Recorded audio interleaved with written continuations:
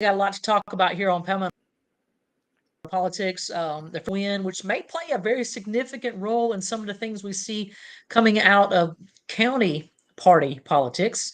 And also, there are some unscrupulous people within the SCGOP, in particular within the state executive committee body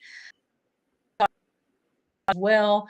And of course, tonight is Tim Scott's big show on Sean Hannity. I don't watch Fox anymore, so I don't plan on tuning in, but that is happening here. And then we have Lindsey Graham, who once again is proving he's nobody's friend when it comes to backing being attacked by the Department of Justice and other things. So all of those topics and more will be discussed this evening. Before we get started, let's make sure everybody knows who we are. I'm Shannon Grady, and this is my co-host, John Cummings. No, good morning. Good evening. Yeah, good. Yeah, sorry guys, we're so used to doing this in the morning. That's just kind of habit. I'm actually having iced coffee because I feel like I should have coffee. But let's just jump right into it. The very first thing we talked about this maybe 2 episodes ago, John, the fact that the Freedom Caucus had won in the courts, and the courts had said the establishment party can no longer South Carolina Freedom Campaign and send on information, and they basically couldn't shut them down and prohibit their free speech. And so that's a great thing for folks in South Carolina, not the least of which if you're a member of the Freedom Caucus, but if you are anyone who's not within the establishment, this is important. The next most important thing, and that is, not everybody saw this letter, but it was sent to me, and it was a resolution put forward by Mr. Jerry Robner, and he's out of Greenville County. And I'm just going to read it to you so that you guys can see and hear what this guy, who is a Navy captain, and as a Navy veteran, it wounds me to even have to admit this guy ever served in the branch of service that I was willing to bleed and die for. Anyway, here's a resolution from Georgetown County, Republican Precinct, Pawleys Islands 3, a resolution to censure members of the organization known as My S. Now, the last time I checked, John, you can only censure elected officials. I don't realize that. Am I wrong? Did I fail something? I just think they like to throw those terms around.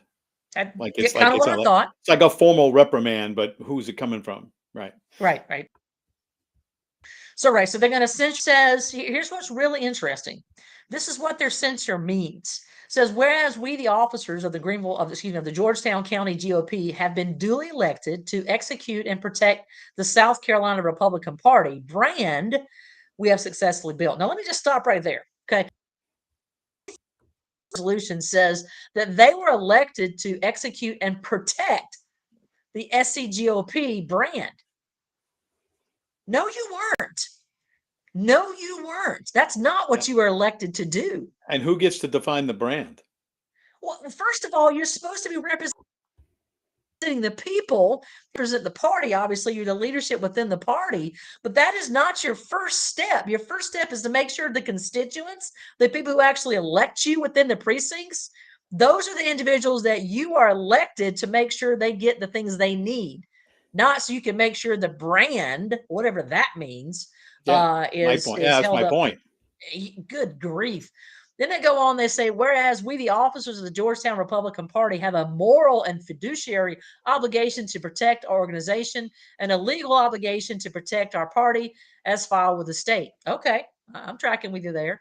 Whereas over the past 2 years, been under attack by my SCGOP. Allowing this group to destroy our party from within is non-productive and destructive to our mission. So let me get this straight.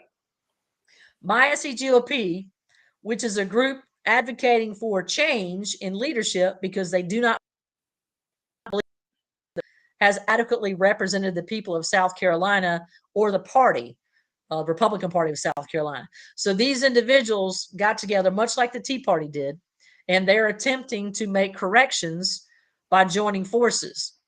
And these guys, because they're establishment hacks, am I missing anything there, John?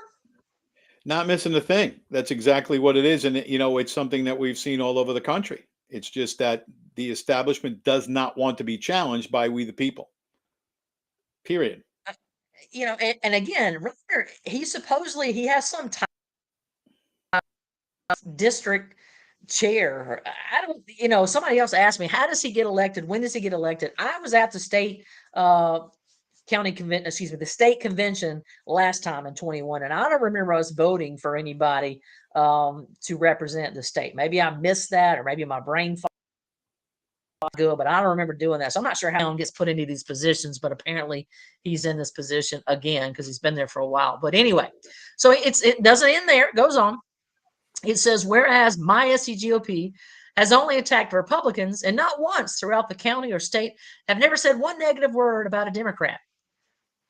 Okay, that's just childish that you put that in there because listen, they're trying to fix the problems within our Republican Party, of which there are a plethora, a bevy, innumerable problems within our party. And anybody who's ever been in the Republican Party cannot say that we don't have problems. Again, John, where am I wrong? You're not. And the fact that they continually always fight back against any challenge to change tells you all you need to know. They're more concerned about their spots, their positions, than they are about the future of the party and how well it represents the people of the state. They don't really care about that. They want to hold on to their power. They don't like challenge, so they'll do anything basically that they can to get rid of it. And I love this line. Wait till you get this one. This is a great one. Whereas we have no obligation to allow any of these people who identify as operatives from my SCGOP or any other organization that their sole purpose to take down the Georgetown Republican Party to be any part of our reorganization efforts. So in other words, if you don't agree with the tyrant that sits at the chair in Georgetown, you are not welcome. So, okay, chairman anymore. We call him King, Your Honor, His Highness, His Royal. What do we call this guy now? Because that's not a chairperson. And did we hear this before from him during the reorg, saying if anybody showed up at the reorg that was part of the legitimate Horry County GOP, that they would be arrested? Didn't that come from him too? And as I understand it, according to Mike Conant, that was discussed at the last state EC meeting before the county conventions took place, and it was shot down. They said, no, we're not doing that. So this guy, because he doesn't like people that disagree with him, he wants to live, everybody's yes men and yes women, and they all agree, because that makes a great republic when everybody agrees. It's all wonderful. That's what he wants to see. And it's disgusting, quite frankly. It's disgusting that person would even try to say that anyone, he says, that their purpose to take down the Georgetown Republican Party. It's not to take down the Republican Party, buddy. It's to get rid of rhinos, people who are Republican in name only, people who couldn't cite to me the first line of the Constitution, people who have no idea what the articles of the Constitution say. They clearly have never to understand the Bill of Rights, let alone the rest of the amendments. Let me get on my soapbox here. This is disgusting, repulsive, unconstitutional, illegal. I am livid that this guy is out there trying to present himself as some kind of leader in the Republican Party, and he wants to. You aren't welcome here. Why don't you just go ahead and call us the deplorables, Jerry? Why don't you call us the unwashed, the people of Walmart? Because I've heard those names before. How about you, John? Always be suspicious of anybody who creates a list in a representative democracy. And that's what these people like to do. They like to put people on lists and say, okay, you can't come to this meeting. Don't you dare show up at this meeting. You can't participate. Look, that's not what representative government is about. That's not what it's about. It's about representing we the people.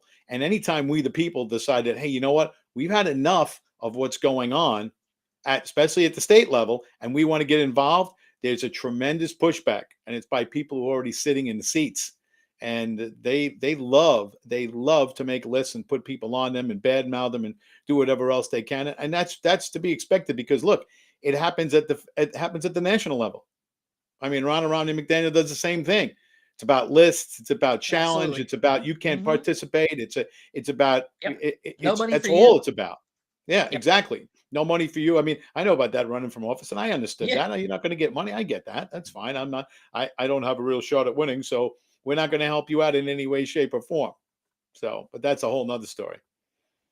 The last line of this says, therefore be it resolved that any person or persons that identify as my SCGOP will be barred from any Georgetown Republican Party reorganization, efforts, or events. Are you kidding me? You're literally squashing people's right to participate in the election policy. I am so upset by this that I really want to confront Jerry Robner face to face and ask him who the hell he thinks he is. This is not a dictatorship, buddy. This is still America. And if you want to live in a dictatorship where that kind of crap is okay, move your ass to Venezuela. That's the kind of behavior they expect and they will tolerate. Here in America, we're not tolerating that bullshit. Period. Full stop. Well, what happens at that particular night that you don't identify as the MySCGOP person, and you just identify as a regular member of the Georgetown GOP, and then maybe after you leave, you decide that, well, you know what, now I identify as MySCGOP, because that's what it's all about today, isn't it? It's what you identify as. Yes, yeah. It's so funny you should say that, because there was a comedian, a female comedian, a few years back, and she was making a joke, and it was really funny, but it's really applicable to today because we now have thought police. And there was a sign up outside that said, no parking, don't even think about it. And she said, well, I'm thinking about it. What are you going to do? Call the police? Because when they show up, I'll just say I was thinking of something else. I'm just thinking about it. Exactly. You know what? We don't wear tattoos saying that we're a part. Well, not yet anyway. We don't have tattoos saying this is a group or a association that we're involved in. The last time we had those kind of things, I do believe they put tattoos on their forearms, and it was, what was it, the Holocaust? Are we going to the Holocaust, Jerry? Is that what you're taking us back to? You want to start tattooing people? My SCGOP? Give us numbers? I mean, what are you looking to do there, Jerry? I want to understand you, buddy, because I'm not understanding 20 plus years in the United States Navy, and this is what you end up with. What happened? Did your brain fall out? Did they perform a lobotomy? Did you have all of your patriotism, stripped from your body? I don't understand. I mean, John, I really, somebody help me. Make it make sense. Make it make sense, because I don't get it. It's not going to make sense. And like I said, when people end up in these positions, some people, they really fear losing that power and losing that position. So anytime there's a challenge, they're going to try to obstruct the challenge. And the way that they tend to do it is by putting you on a list. We are not a nation of lists. We should never be a nation of lists. We even talked about this before when we talked about the Patriot Act and people ending up on no-fly lists. All of that, it's all unconstitutional. This country, we are innocent until proven guilty. All right, that's the way it works. You don't get put on a list, period. And then you have to prove your way off the list. Okay, I'm not a member of my SCGOP. Here, I ripped up my card. I mean, really? That's where we're at here? If you don't like the challenge, you don't like the heat, you know what the saying is. You don't like the heat, get out of the kitchen. That's it. If you don't want to deal with it, don't deal with it. If you can't stand a debate, if you can't stand a challenge, then politics is not your game. Right. So let's continue down the rabbit hole of the MySCGOP situation, because this is something that's not just happening here in the Georgetown County precinct areas. It's also happening at the state level. This past,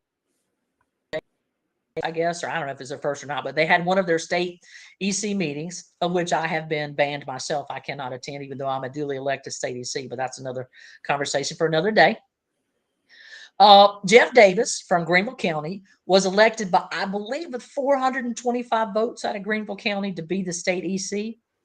The ECs, I don't even understand how they could do this. They voted 60% to 40% to block him, to bar him from participating in the state EC meetings, for which 425 people in Greenville County elected him to do on their behalf. So let me equate that, folks, to what that would basically mean. I live here in District 61. Our House representative is Carla Schuessler. It would be the equivalent of the leadership in the establishment GOP saying, Carla, you are not allowed to attend any House meetings whatsoever. You can't even come into the meeting. Yeah, that's how long will we stand for? Yeah, not very long. Pretty much it. And it's someone who's going to challenge the status quo. And that's why they don't want to seat him and they don't want him at the meetings, even though he was elected, well, seems to be overwhelmingly, no, by the people of the district. This is what Jeanette just put up. She said, the truth is we don't have much of a risk of having labeled Democrats in South Carolina taking Republican seats. They just say they're Republicans. What we have are problems with Republicans who are not actually fighting the fight. So when people want to say we don't attack Democrats, it's because we have Democrats within our party and, outside of our party. So, my understanding is they changed the rules at our last, not this past convention, but in 2021, in the second version of the convention that happened in that July, to say that any member of leadership or member of the party who sues of the party, the SCGOP, you are immediately removed from your position of leadership, and it may even say that you're kicked out of the party. I don't want to say that for sure, but I know you lose your position in leadership. So Jeff being barred from attending the SC state, his recourse would normally be to sue and say, look, Your Honor, I've been elected to be here. I'm supposed to be here. I'm lawfully allowed to be here. And they're preventing me. These, whatever number it is, 46, I guess it'd be 45 people are voting to oppose the 400. That's the guy we want representing us there. And I don't believe that crap should hold water. It's not right.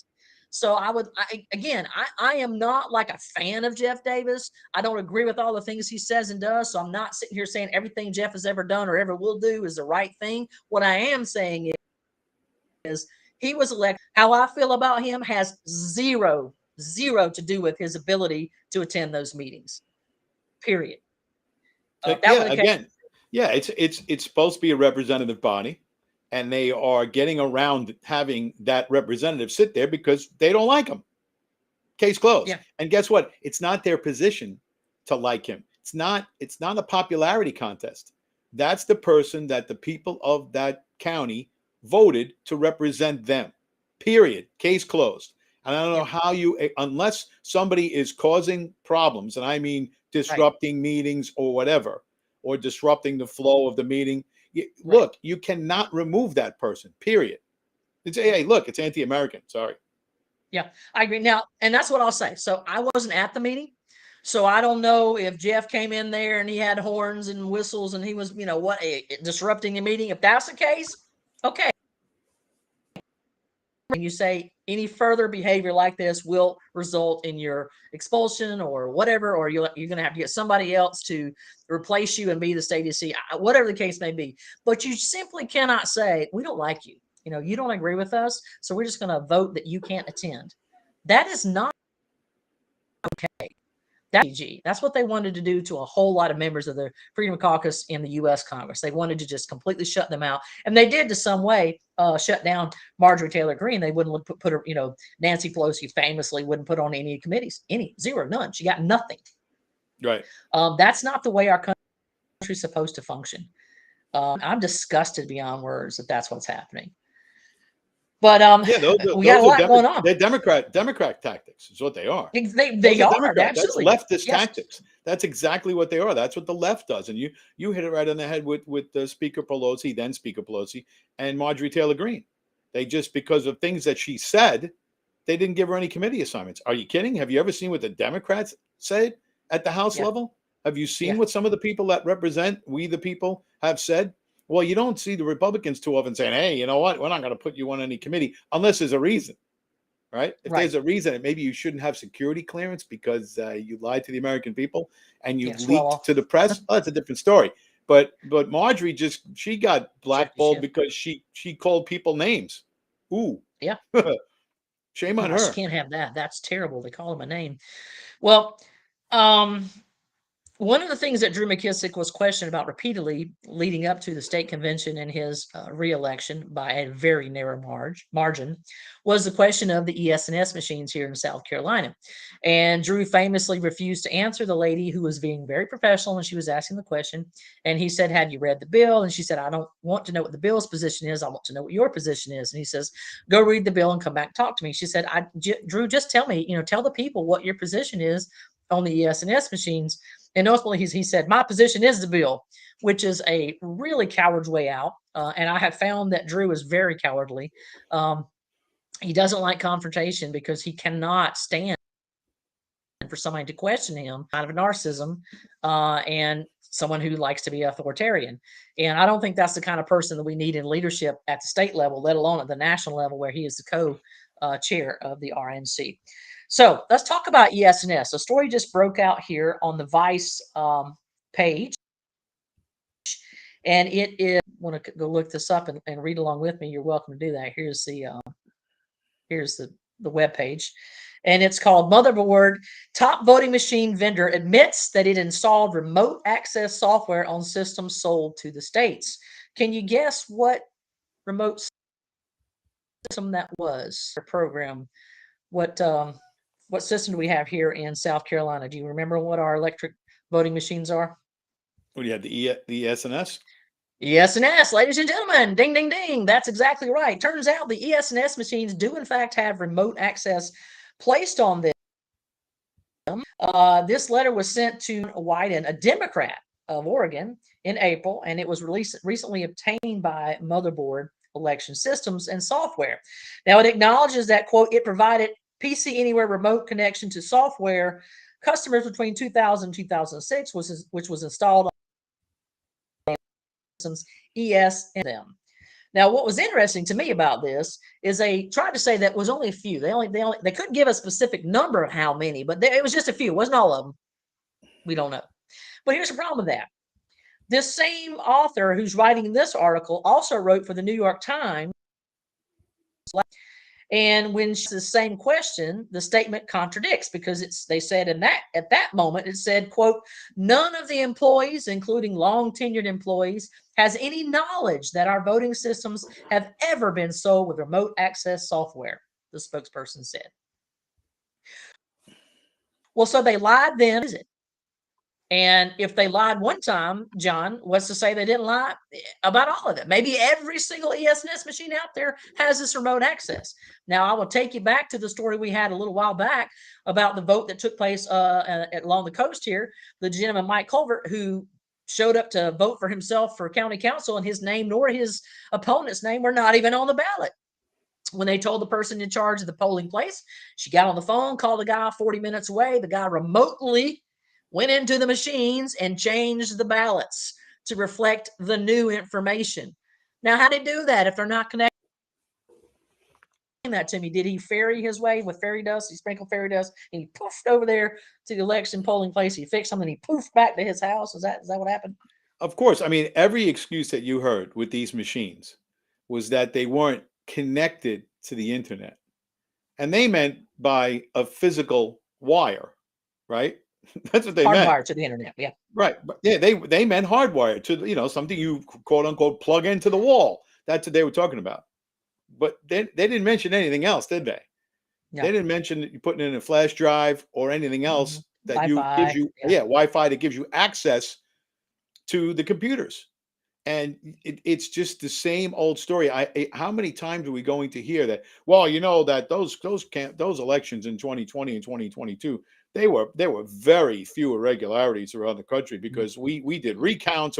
You recounted illegal ballots. I mean, if you have $100,000 in counterfeit money, what do you have? You're going to count it? You're going to count all of it? It's counterfeit. Count it again. Here's still 100,000. Right. So if you have $500,000, 100,000 to counterfeit, you have 400,000. You don't have $500,000. Exactly. Same thing with these votes. But they're going to recount, and they will hang their hats. Oh, we're not connected to the internet. We're not. And then you had the case down in Georgia that continues to go on with the Dominion machines. And the Haldeman report that came out came from a professor at the University of Michigan, he's not a Republican. He's not. Yeah. And he had done these tests before the 2022 election, and of course, only to be frozen by a court case. They said, no, you absolutely can't release the results. Well, now the results are finally coming out, and it basically says that the Dominion machines can be defeated during certification testing and can spread malware through a county. So we all know that these machines are no good. They're all they're no good. They're all no good. And of course, the dirty little secret is Dominion sued Fox. And Fox paid what, $780 million to Dominion? Yeah. But BlackRock owns big pieces of both of them. So what are you paying yourself? Yeah. Pretty much. We're not stupid, really. Yeah, I find it appalling that kind of stuff is still happening when we don't have any answers and we have no way to find answers here in South Carolina, because essentially our legislator gave up their rights to control the election process, and they created an election commission to which you and I and no other voter has any control. We can't ask them to audit. We can't do anything. It's very we have here with the Chamber of Commerce, where they get $52 million, taxpayer dollars, and you and I cannot find out how they spend that money. Even if we believe that there's a slush fund and people are patting their pockets, which I'm pretty confident is happening, we have no way to prove that. And we have no means to require the evidence to be presented to the people. So when are our elected officials going to stop giving away the powers that our Constitution grants to them and allowing someone who does not have that authority and who is not held accountable by the voters to take that power? I'm sick of it. Our state legislators need to take back this power. Once again, be in control of the accountability process, and let's make certain that these ES&S machines are removed, destroyed, whatever, and let's go back to paper ballots, because this computer crap is just that. Do you know, once our elections are over and everything's put on those little chips, thumb drives, and they put them in and they send them over. You've heard this word before, CITL. Everybody's heard of CITL, right? CITL is where they go, and that's where they're deposited. And how long do you think it will take for a program to take the results sent to CITL and flip them to whatever they need them to be? Yeah, wherever they're stored. And here's the other thing: some of them are stored overseas. Yeah. They're not even stored in the United States. So I mean, my thing has always been get rid of the computers. Period. Yeah. Period. Machine voting and computer. You know my feelings about the machines. I used to do the old toggle switch, and that's a whole different thing. But computerized voting, there is not a computer that has been created that can't be hacked. Period. Absolutely. So, I mean, my thing is, I would like to see computerized voting eliminated. I would like to see these, election season eliminated. I'd like to go back to election day. And if you don't think it's long enough, vote from 6 to 9, and you can have plenty of time to put in for your absentee ballot ahead of time. Absentee ballots have always been part of the system. Anybody who's away at school used to vote absentee ballots. Military. If you were away on business, you voted. Even if you were away on vacation, you're taking a cruise for a month, you could request an absentee ballot. Other than that, there is no absentee voting. All right. And then have day of voting. And by the end of the day, who won, who lost, and there's no questions asked. And the chain of evidence is really easy to preserve that way, because who saw the ballots and who didn't.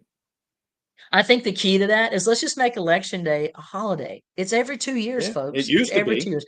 Make it a holiday so that everybody has the opportunity to get off of work, and others who may be in a position that are not able to come. And in that case, as you said, John, those folks get absentee ballots and they're able to vote in that way. So that's going to significantly reduce the number of absentee ballots. Let's get rid of this idea of going out and voter ballot harvesting. That is a horrible, horrible, horrible thing. But as long as it's legal, Republicans are not going to win. You're going to lose because the Democrats are going to cheat. You're going to have 100% voting from every single retirement community, regardless of the mental capacity of the individuals in those homes to vote or not. Democrats are going to cheat because that's what they do. They cheat. And if you look at the way the registration lists have been boosted, I've seen presentations on this that are just unbelievable about how on certain days you'll see voter registration just skyrocket in multiple counties across a particular state. Yep. So how did that happen? Everybody just happened to register on the same day? Because that's not the way it works. It's not. They have, come on, you can go register. Yeah, and then they find votes. They know how to find votes. They know how to find votes. I mean, John, are you saying that people find votes when they do this? Absolutely. They absolutely. Oh, come on. Absolutely. I never mind. Our elections are up, man. Yeah, never mind the nursing homes.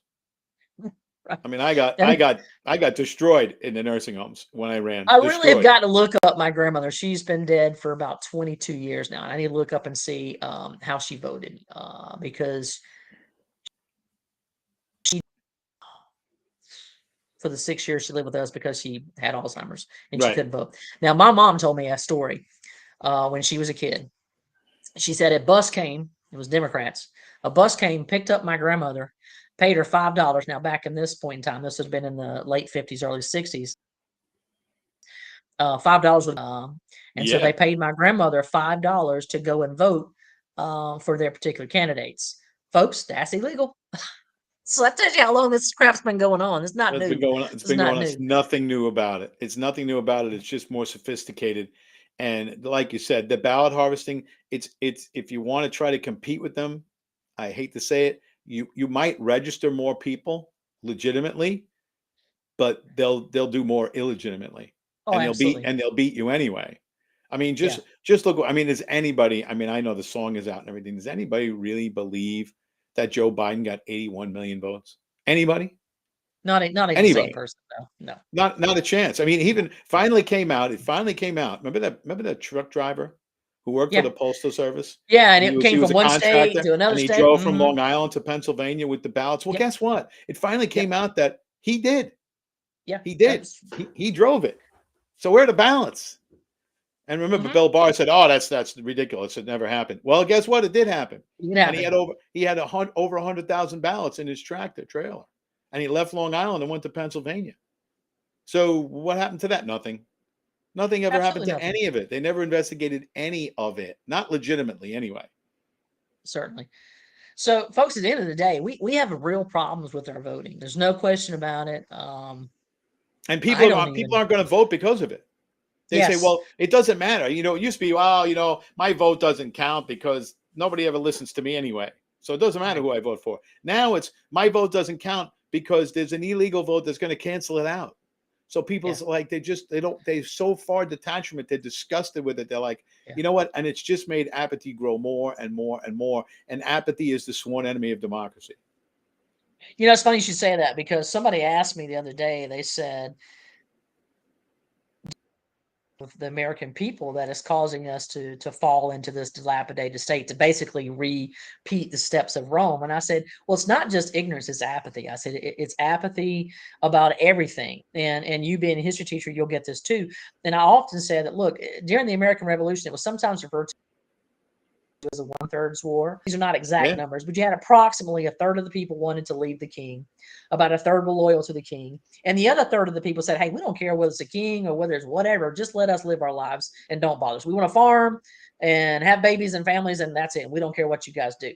Well, we have a similar situation today, but of the people that either are split somewhat evenly between those of us who want to see a return to conservative constitutional principles, and the other half of that third wants to march its way into Marxism and communism because they really believe that's the best way. And the remaining 2/3 of the American population is just like, we don't care, communism, capitalism, we don't care, just let us continue our lives the way they are. Now, I think that number is real because now we're going to jump into Trump here. When Trump was initially indicted after being president, while president, he was impeached twice, which is the same as an indictment, folks. It's just called an impeachment when he was first indicted and it flattened in New York for that ridiculous charge from Alvin Bragg. Bragg, right. Yeah, I wanted to know if people were willing to take to the streets, and I said, if he's arrested, are you guys going to protest? Oh, we'll definitely protest. Well, blah blah, and they didn't do it. They didn't do it. So I said, okay, if it's serious that he's going to face legitimate prison time, what are you guys going to do? We'll take to the streets. So now they've arrested him and charged him with what everybody legally has said. It's okay. It's wrong. These latest charges from the DOJ, they're wrong because you can't have one standard for one group of people, have another standard for your opposition, Donald Trump. That is wrong. Okay. That there's no discussion about that. That's clear. However, you look at the nuts and bolts of it, what Hillary did, illegal. What Joe Biden did, illegal. And it appears, and again, I'm going to make this very careful because I don't believe anything OJ says, frankly. But if the indictment forms is true, and that's a big O if he did all the things they claim he did, if there is a tape that exists in which he says, I could have declassified this, but I didn't. If those things are all true, then Trump is also guilty of committing crimes. They're all three guilty. But only Well, one of them. you left one thing out. Joe Biden and Hillary Clinton were not president. I agree with you. And I agree with you. Donald Trump was, and he can declassify anything he wants. Anything he Right. wants. And the tape they Yes. had is only an audio tape. So you don't know what he's Yes. holding up. So they've already played it, and you're like, okay, I could have declassified this. Wasn't pointing to anything. They said it was ruffling of papers. Well, what does that mean?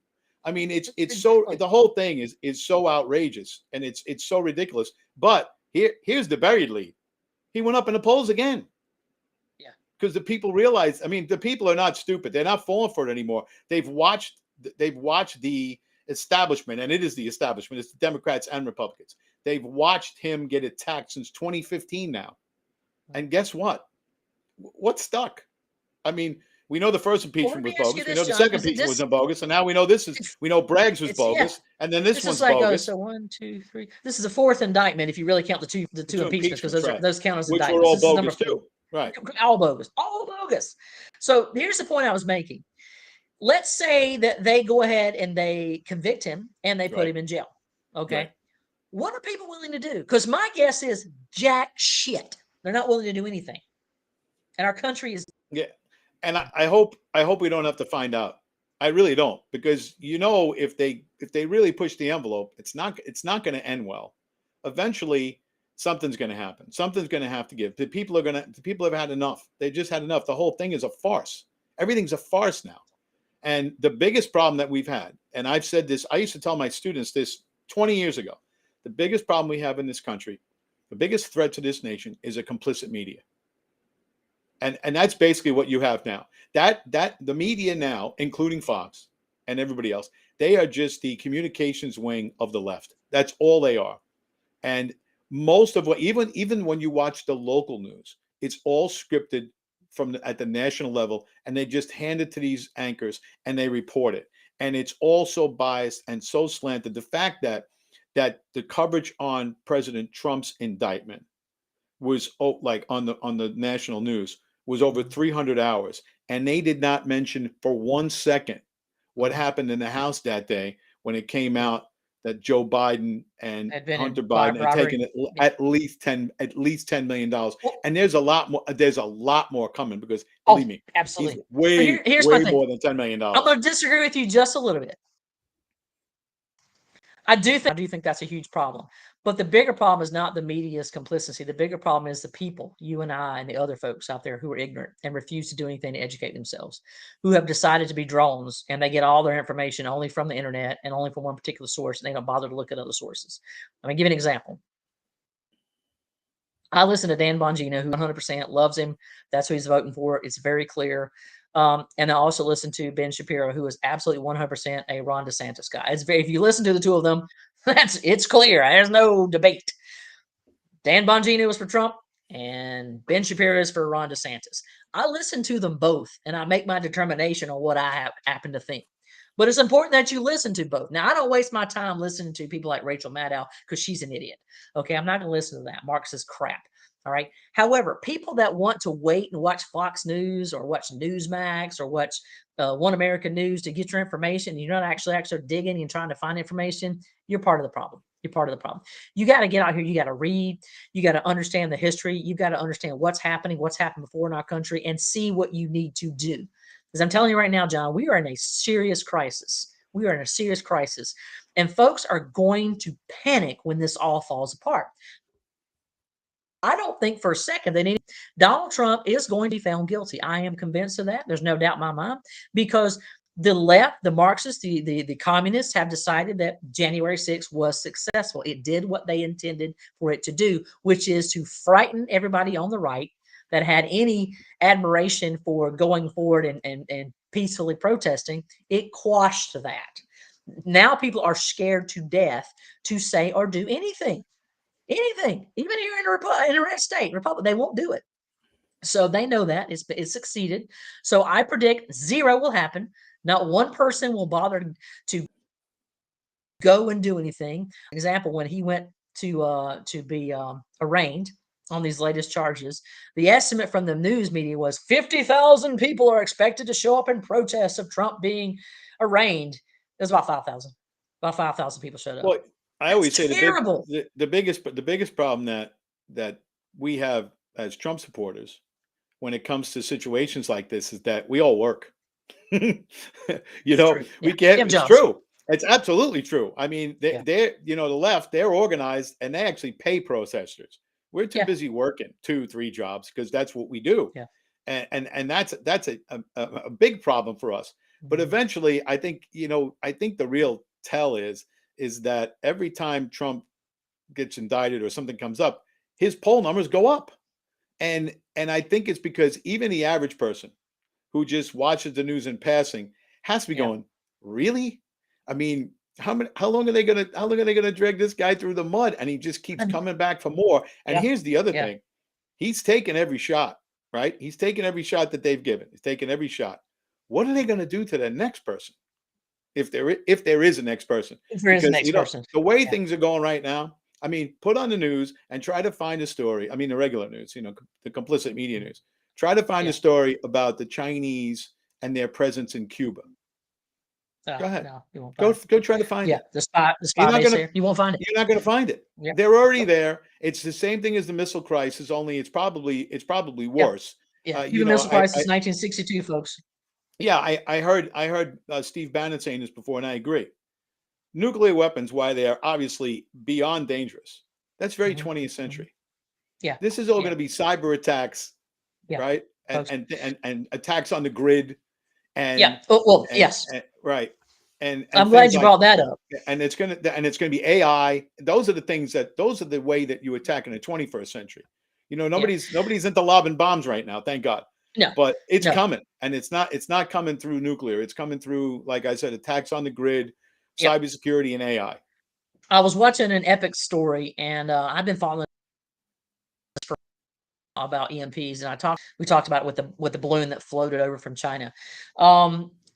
There were 400 of the large grid towers they're so big it takes like a major truck or train to carry this thing.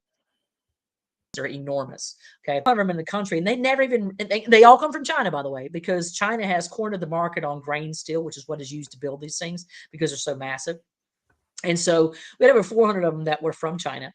And so when President Trump took office in 16, they finally wrestled one of these things together, and they did an example. They found out that on this tower, this one tower that they pulled out and reviewed, there was a remote switch on it that could turn it off. Now, why is that significant, John? Because substations, we have substations. There's probably over 100 substations here just in the 7th district area. There's tons of them. Okay, I spotted 4 that I counted myself. It only takes 9 of those substations to go down across the country to completely shut down our grid across the nation. 9. So there are 400 already in existence that the Chinese control. Now, Trump put a stop to that. Said we're not buying any more of that. We're going to start building our own. On day 1 of presidency, he reversed that EO, that executive order, and he has already purchased another 100 of those towers from China. From China, So we have at of least course. another 100. So you're absolutely right, folks. And I want you to understand, I did some research on this. We've had a couple of instances where we had sold these. This was done by the Sun. One was in 1859, and it was worldwide. This was not just here in America. This is worldwide. It actually, at that point in time, electricity was not a big thing. And so telegraph, that's what everybody had. The telegraph stations, actually, the electricity was so strong, it set most of them on fire. And some of the agents that were doing the telegraphs, they got shocked. Okay. And this did not last for a couple hours. It lasted for days. The next one was in, I believe, 1921. So they had a little bit more electricity, but not a lot. Again, telegraph stations wiped out. Some of them caught on fire because of the high voltage. The lights, that's what everybody was seeing all around the world. There were people they were talking about, they were sitting outside in the yard in San Francisco, like it was, 1 a.m. and it looked like it was 1 p.m. kind of thing. So we have major problems. And this particular gentleman got on here and he said, listen, all we need to do to put in place surge protectors to prevent that from happening. So we can protect ourselves from the sun. And he said, this is not a matter of if it's going to happen, it's just when. He said it's going to happen. And let me give you an example of when something like that happened. In 1977, you look all this up, trust but verify, look this up. 1977, there was a crash, what do you want to call it, in New York City. In that 24-hour period, they had to arrest 4,500 people, 550 officers were injured, and over $300 million in damage was done in a 24-hour period without electricity. Imagine that goes for 3 days today. Food is in very short supply, and you know this because in New York, it's basically an island. They don't have warehouses on there storing food, so everything's brought in to them. So if they can't get the food to them and there's no refrigeration to store the food, within about 3 days, you're going to have utter chaos. People are going to be shooting, killing, robbing, maiming. It is going to be awful, and that's just once across the country, folks. If you think The Walking Dead is something that's fictional that couldn't happen, you're wrong. Aside from the fact that no zombies are going to be eating your brains, that ain't going to happen. But in terms of the reaction of cars shutting down, phones not working, all of those things, that's definitely going to happen. Gene, and you can't charge your electric car. Oops. What did you say? Say that again. I said you can't charge your electric car. Oops. Electric cars not going to work. In fact, not going to work. Hey, John, you know what cars will work? Any cars built before 1974 and earlier, because they're not going to have all those electronic switches and start devices. them up. Those will still work. And a few cars, probably in the 80s, you had some trucks and some other things that didn't have the electronic ignitions. Those might work as well. You know, you talked about that blackout in New York. I obviously was around for that. I was 17 when that happened. And I will tell you this. I mean, the lights went out about 10 after 9 at night. And of course, all hell broke loose in a lot of the city, especially in the bad neighborhoods. And then the next night, we were all like, you know, the people that it didn't really affect us because it didn't make its way up to us, you know. And we were getting a little nervous because it was going to get dark. And we're saying, okay, everything in those neighborhoods is gone. They ripped off everything you could rip off. So I guess they're going to head up towards us. So I was working in a liquor store at the time. And I had a great job. And we were sitting outside. Another guy I work with and his dad, they were hunters. And there was another guy, an off-duty cops. They were sitting out there. It looked like Tobacco Road. We're sitting out there on chairs with shotguns in the middle of the street in New York City, waiting for it to get dark, you know, in case they wanted to come back up. Fortunately, a little after 6, the lights went back on. So we kind of dodged a bullet. No pun intended. Right. Yeah. But if I told you what was going on the night before, they were going in with tanks of gasoline with 5-gallon jugs and into showrooms, new car showrooms, filling the tanks, hot wiring the cars and driving them through the windows of the showrooms and stealing the cars. I mean, that's what was going on. So I mean, you want to talk about chaos, and that was it was not a 24-hour period. And it was chaos, and it wasn't handled well by the powers that be either. So, and again, folks, that was in 77. So imagine now we have so much more, electrical devices that we depend on. It would be a disaster. And here's the thing: how many trillions of dollars was that for infrastructure? And how much did we spend on upgrading the grid? None. And how much did we spend on overloading the grid? By not having the resources that we used to have, the natural gas, the fracking, everything that this administration, this regime has basically gotten rid of. And now we're going to be reliant on energy that works a very small percentage of the day. I'm sure you read the article that Texas, their grid is completely overwhelmed now. And California's right behind them. And it's going to happen in New York too. And guess what? It's going to happen here too. Because we're not up to Texas, and they just passed all of that legislation that's not going to take us in the right direction in South Carolina when it comes to energy. That's right. Texas is the only state that actually has its own grid. The rest of the other states, the other 47 states, obviously Hawaii and Alaska are separate, but the other 47 states are on the national grid. But Texas is on a grid on its own, but it's not doing very well. And no, they're overloaded, completely overloaded. Yeah, they're overloaded. Yeah. Now, folks, the reason why this is important, and again, I'm not trying to scare you. I'm just telling you the truth. I'm just laying it out there. I asked a lady in my store because we were talking about this, and I said this was right after the balloon passed over, and I gave her my concerns about an EMP, etc. So, well, goes to Conway High School. And I said, and where do you work? And she was, I work over here. And I said, how long does the drive from where you work to the kid's school? And she said, well, it takes about 15 minutes. And I said, how far? She goes, well, it's about 4 miles. And I said, so what happens if your car doesn't work and all the electricity is, everything's been shut down. Everything, the EMPs happened or whatever, or the solar flare has happened. How are you contacting your kid? Phones aren't going to work, folks. Cell phones aren't going to work. Landline phones aren't going to work. You have zero means of communication. So I'm not trying to scare you, but you better have a conversation with your child. If you have kids, listen, mommy's coming, daddy's coming. We're going to come get you.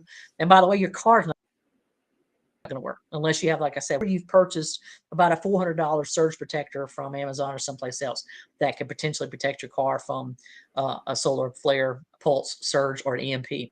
Or you're gonna be like me. I've got bicycles, and literally, I've already told my son it'll take me a little bit to get there, kid, because that's a 4-mile ride on a bike, and I may die before I get there because I'm old. But I will come. I will come and I will get you. And so I've told my mom, if something happens, we're looking at about 2 weeks for us to be able to get from where we live to where you live based on the mileage and how much we think we can cover in a day's period. And I know that's crazy to think that, but you better have food, you better have water, because those are the two things that you're going to here in my house. If the electricity goes, I'm not going to have water in my sink. It's not going to work, folks. That is an electric pump that pumps that water. It's not going to work. You better have bottled water. If you don't have bottled water, we do have retention ponds. You better learn how to distill that water. But again, for us, we're lucky because we do have gas stoves. For places where they're outlawing gas, you're really in trouble. Yeah. And it's water and make it drinkable. I don't consider myself a prepper per se. Right. But I do have 3 months of food in my garage. The prep food, and I have 25 gallons of water. Yeah. And as far as the phones are concerned, you made a great point about the phones. And this is 22 years ago. But on 9/11, one of the things that happened in New York that we found out about real fast, and obviously back then we weren't as reliant on the cell phones as we are now. But everybody had one, but you didn't have you didn't have the video. You didn't. There weren't smartphones and internet and all that kind of stuff. But everybody had phones. Yeah. Well, all but one of the telecommunications companies had their relayers on top of the trade center, trade center. Yeah. And when they fell, nobody's phone worked. The only phone company that worked was Nextel at the time, and they had the walkie-talkies, which I loved. I missed them. But that was the only company that worked. Everybody else, so we were all trying to find out anybody that we knew that was down there. We couldn't find out anything about anybody because the phones didn't work. And that wasn't even, that was for a few days. And it was chaos, absolute chaos. And you know what? One thing you find out is some people do well in emergencies and others don't. Some people don't. Mm-hmm. Well, forgive me for forgetting the guy's name right now. I'll look it back up. I think his last name was Waller, but he said, and he's an Army Ranger. He actually, excuse me, Marine. God, he'd kill me for saying that. He was in the Marines and he was reconnaissance. And he said that he actually was kicked out because he refused to take the shot. So he would have stayed in forever. But the same kind of event that happened in either 1859 or in 1921 happened today. It would essentially take our it would a solar flare. Now, folks, this is not EMP. This is a sun. It would essentially take our country back to the early 1800s. Like that, and it would probably be at least a year before improving. And I mean, in a year, you're not going to have your phone back again. That's not going to happen. You're going to be back from 1800. Okay, no electricity, nothing's going to work. Your car's not going to work. You're going to be walking everywhere you got to go. Grocery stores, you better learn how to grow your own food. You better rice and beans protein. That's a staple food. You better have that, okay? Because it's going to take time to grow food. It's going to be tricky if that happens. And again, it's not if, when that happens, because it's going to happen. I just don't know when it's going to happen. Like I said, you had 1859, you had 1921. There are a few other times in between there. Yeah, that weren't as big, but they were the major ones. And that's something, when humans don't like to think that way. At least a lot don't. That they think they control everything, which is why you have this whole climate change disaster that's going on. They think that we're causing that. Look, I'm not going to get into that argument, but guess what? We have no control over what the sun does either. And that's something that obviously it's happened in very small scales. If you remember, and sometimes like satellite your TV will go out, or you have trouble with your phone coverage, and that's just tiny solar flares. That's just a little disruption on the surface of the sun, and it messes up everything that has to do with the magnetics up there. That's not my line of country there. But if you ever had, like you said, if you ever had one of those big ones, that would be a major problem. And would we be ready? No, because we're too busy trying to worry about I don't know, gender pronouns. Yeah, right. Yeah, because that's what's important. In fact, today in Conway, because Mayor Bellamy decided that she would make a decree that we would accept Pride Month and we would celebrate that in Conway. And then she lied and said that the city council of Conway had also voted and agreed with her. Well, it turns out the city council did not vote to agree with her. And unfortunately, I was not able to attend and I was running it, but I had multiple customers come into the store and ask me what the heck is going on down at the city, you know, what do you call office? And I said, well, they're out there protesting because, the people of Conway are not, if this had happened in Myrtle Beach, probably not a big deal. Myrtle Beach stuff in Conway, Ainer, Longs, Galvins Ferry, some of these more conservative areas, they're not going to be okay with that. And so one of the ladies came in, she said, look, she says, my feeling is this, you do what you want to do behind closed doors, but quit shoving it down my throat. I put a meme up the other day on Facebook and it basically said, you have a right to your opinion. Me to have a different opinion than I do. You can't force me to have your opinion. That's not how that works. I'm not going to accept what you want me to accept merely because you tell me that I'm a bigot if I don't. Sorry, I have beliefs and I'm going to stick to those beliefs. And you, like I said, you do you. Leave my kids. I got a problem with that. But so that was happening down there in Conway today. But I want to jump to something that you and I before we don't have a time constraint, so we may go a little bit long, and that's okay, because I really want to put some emphasis on this. You shared a post on our page. I think it was maybe in the Horry County Republican page, and some things that he says. I'm gonna let you talk about that a little bit. So I'm guessing Lindsey went on CNN, MSNBC. I mean, where was he? What mainstream media was he talking about when he went on there and defended basically the Department of Justice and said Republicans needed to calm down the rhetoric? Yeah, his quote was he defended the FBI and the DOJ and the two-tiered justice system, and he accused irresponsible Republicans of stoking violence in opposing the DOJ. Now, could you be any further detached from what's going on? First of all, when have you seen any violence from Republicans? I'm serious. I'm serious Never. about that. Yeah. Really. Yeah. They're going to say, oh, January 6th.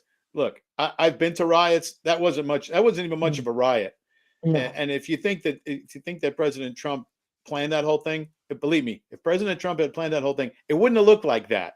No, it'd been a lot better. It wouldn't have looked It'd like been a lot that. better. I was there, John. That was not a riot. Sorry, I've been to riots. That was that was some stuff that got out of hand. And there's plenty more to be seen about that. There's still a lot of video that needs to be released and seen and everything. But for Senator Graham to come out again and basically condemn we the people, the Republicans, for stoking violence and for saying that there is no two-tiered system of justice.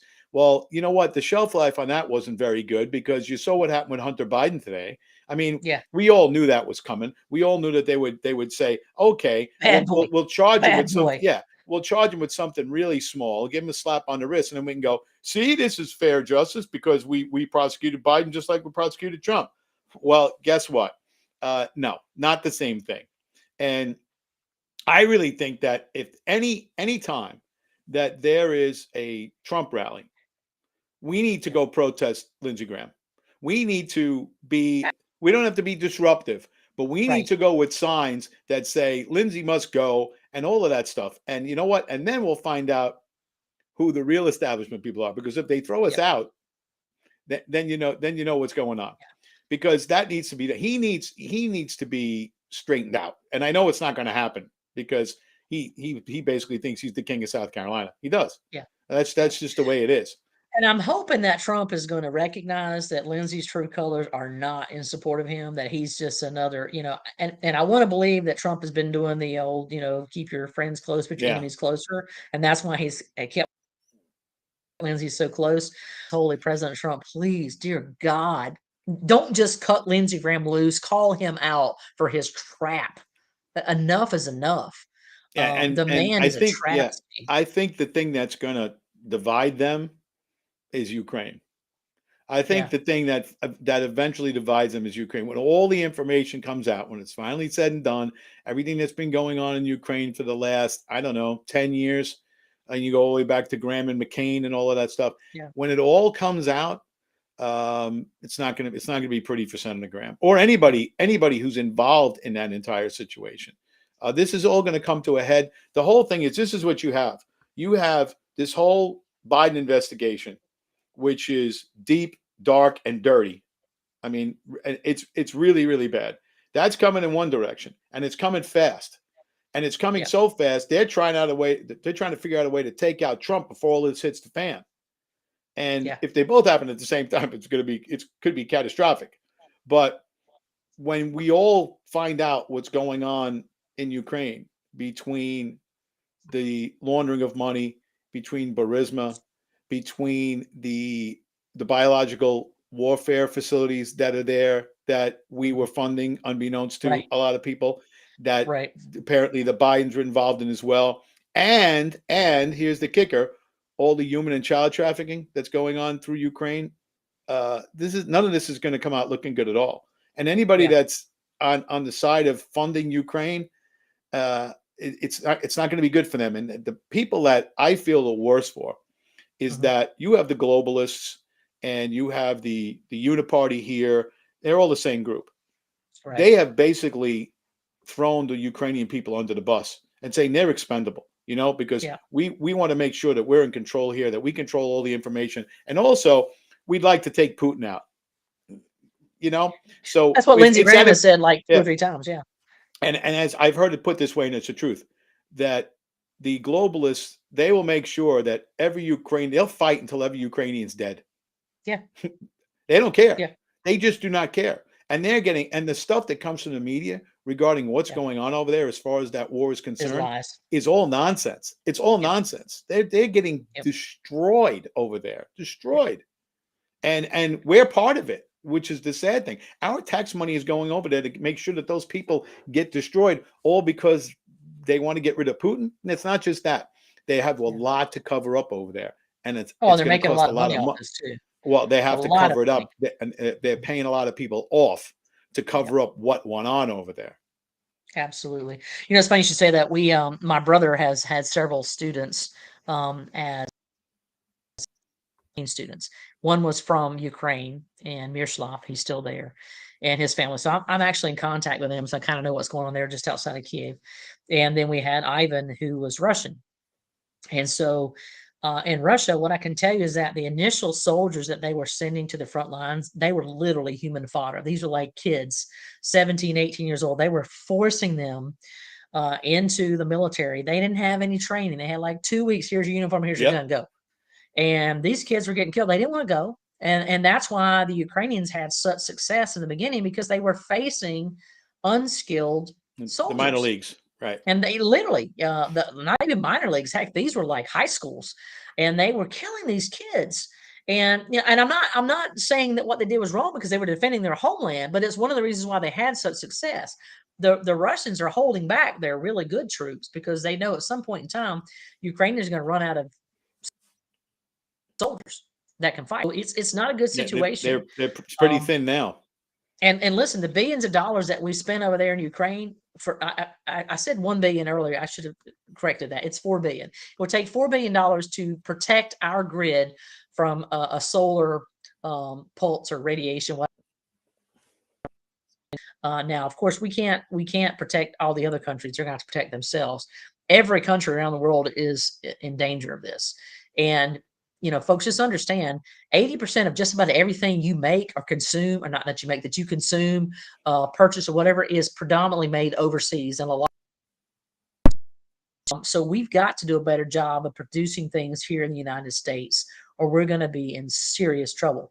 If you don't know how to toil, if you don't know how to turn soil so that you can actually grow some plants and grow some things to eat, you're going to be in trouble. Now, I heard something on Glenn Beck today, and I'm going to mention that briefly in a little bit, but I just think this is important. Everybody should know what the Magna Carta is. That basically is the rights of men. It was the first set of rights put forward for men. Right, 1215. Okay. Guess what King Charles has just introduced, John? Have you heard this? No. He's introduced something called the Terra. It means earth. The earth's rights. And some of the earth's rights that King Charles has put forward to go to the United Nations, to go to the EU, actually usurp it man's rights. So there are going to be things coming soon and very soon that you are not going to like. Digital currency to start taking place in the United States as early as July.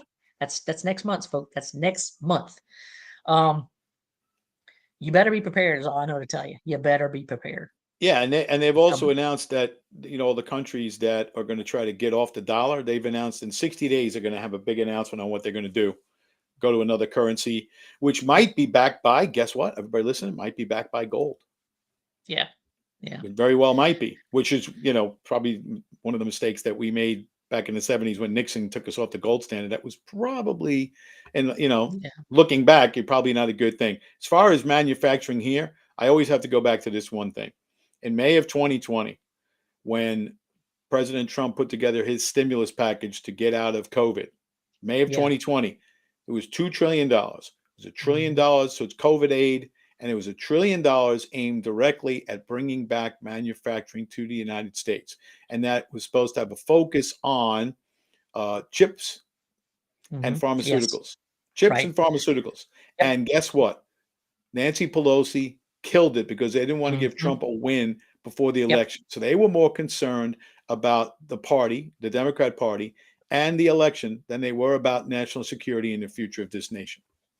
Right. And we, you know, 80% of the medication, I know for a fact, that is produced in China. Your ibuprofen, your acetaminophen, the basic medications you take, that's produced in China. And that is a big problem. So, folks, that's going to do it for us this evening. We're kind of wrapping up here, but thank you for tuning in. Where are things coming? You need to prepare yourself. It is, I mean, Dan Bongino always says he's long in America, and I am as well, but I'm also not stupid. So if you're not prepared, you better get prepared and don't wait till tomorrow. You better start getting prepared tonight. Get your circle of people that you trust. Get your family members. Have that. Or do that. If that happens, then expect this. You need to have that because it's coming. It's not a matter of if; it's a matter of when it's going to happen. So I'm deeply concerned as a Christian, as a conservative. They're starting to call us national Christians. That term hasn't been used since the 40s. National comes from that's nationalism, and where does that go to, John? That's back to the Nazis, right? And so they're going to start using those terms. That's not a good thing, folks. We are in serious trouble. So the last thing I'm going to say before I finish is that, you know, John made a point that one of the reasons protests and other things is because as conservatives, we are the ones working, we're the ones that have the jobs. But folks, if you don't start showing up, if you don't take some time off of work to start showing up at these protests, you're not going to have jobs that are paid. You're just going to be a slave. You're going to work for the state. So you better take some time off and start showing up. That's all I got, John. What you got to close this out? No, I couldn't agree with you more. I mean, people have to become more aware. I think people have taken this for granted for way too long.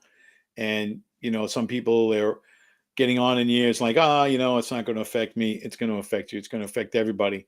And I've said this from the beginning, since Biden stole that election, and I have no problem saying that. This is not going to end well. It's not going to end well.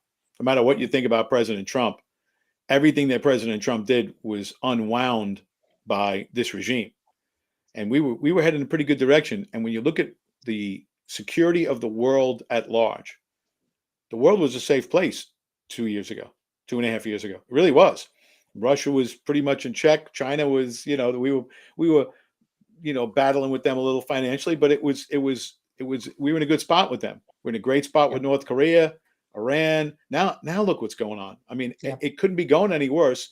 And they've done all this damage in 2.5 years. And I've said this from the beginning too. They can't be that stupid. They're doing this on purpose. Nobody is that stupid. Nobody's that stupid. I mean, to kill your own grid, to kill your own energy supply, to kill your own economy, to weaken and try to divide the people of this country in any way that you can. This is all being done on purpose. And Joe Biden is just a puppet.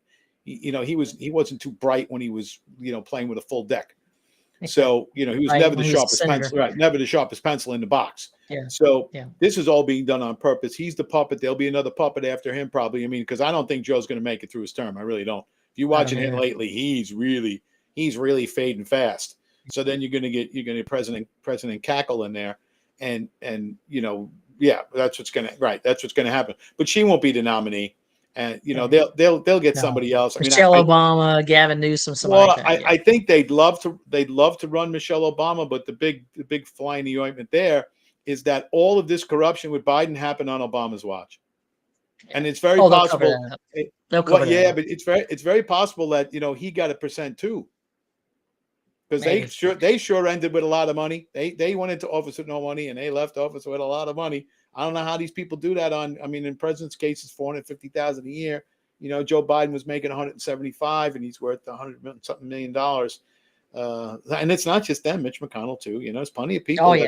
Plenty of people that That's why I like, not to get off the subject, but that's why I like a guy like when Lee Zeldin ran for governor in New York, and I know Lee. His kids went to public school, local public school. That's the one thing I'll say for Schumer. Probably my least favorite person in politics, Chuck Schumer. Mm-hmm. He sent his kid to local public school in Brooklyn. He didn't move to Virginia. Right. He didn't bring his kids down there. He didn't send them to private school. He's made his kids go to local public school. Yeah. All right, guys. Well, I'm going to close out with some reading recommendations. Check out the book. It was written in 1997 by Vince Flynn. It's called Term Limits. Give it a read. See what you think. That's all we've got for today. We look forward to seeing you guys again Thursday morning, and we'll be back at our regularly scheduled time, which is 9:30 to 10:30. As always, God bless, Godspeed, and we'll see you next time.